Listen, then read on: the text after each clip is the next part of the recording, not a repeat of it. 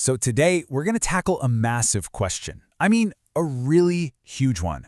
What is spiritual practice? Really?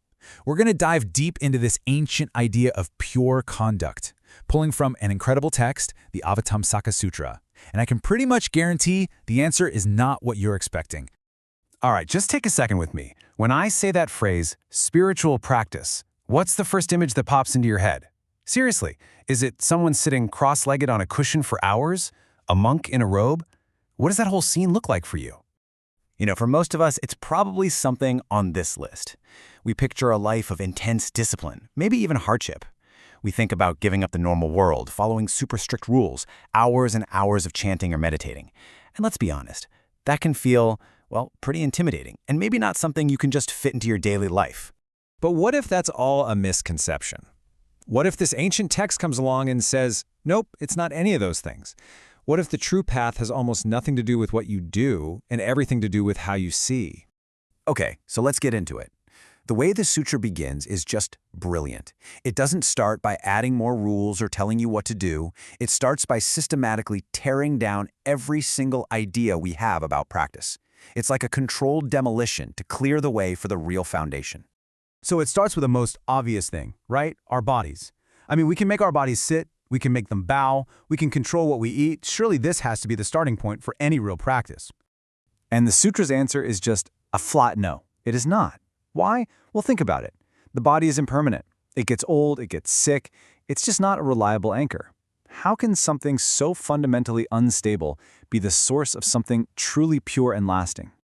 Okay, fine. So it's not the body itself. But what about what the body does? Our good deeds, the kind words we say. Or, hey, what about the thoughts inside our own head? Surely those are the tools of practice, right? And again, it's a hard no. The text says all of these things are just passing phenomena. Words, they're just sounds that disappear. Actions, they're just movements in space. And thoughts, they're like clouds passing in the sky. They come and they go. They're not the source of practice. This is where it gets really interesting and honestly a little shocking. Okay, so if it's not our body, not our actions, not our thoughts, what about the holy stuff? The sacred teachings, the precepts, even the idea of the Buddha? That has to be it. That's got to be the source of pure conduct. And here comes the final takedown. Nope, not even these. Because, and this is the key, true practice can't be found in an external object. Not in a book, not in a rule, not in a concept you can point to. If you're looking for it out there, you're completely missing the point.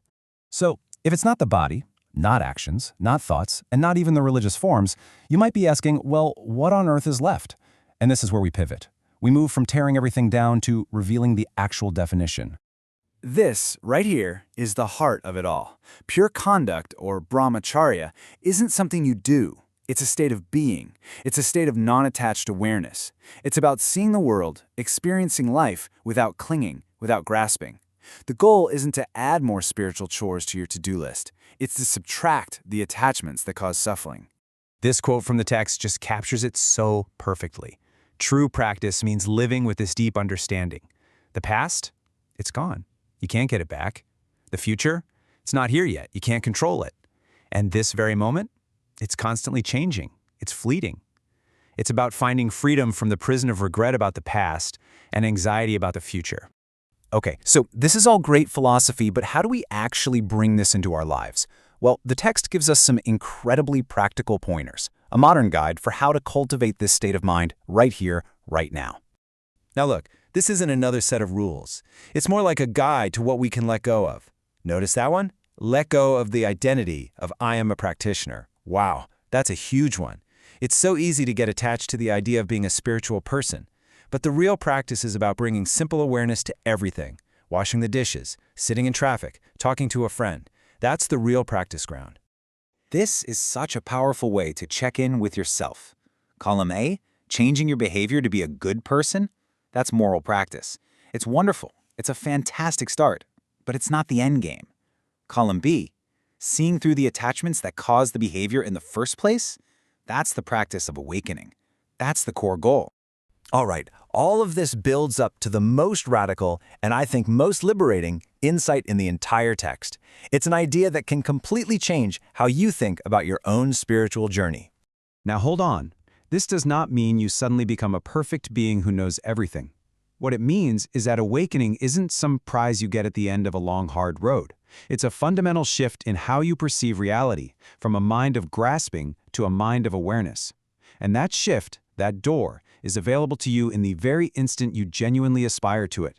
It's not a destination, it's available right now. And so, that's the question this whole thing leaves us with. A question for all of us to reflect on. When you think about your own path, whatever that looks like, is your energy focused on clinging to the outside stuff? The rituals, the rules, the identity? Or is it about the simple, profound act of just returning to awareness, right here, in your own mind? Because that, as this text suggests, is where the real transformation happens.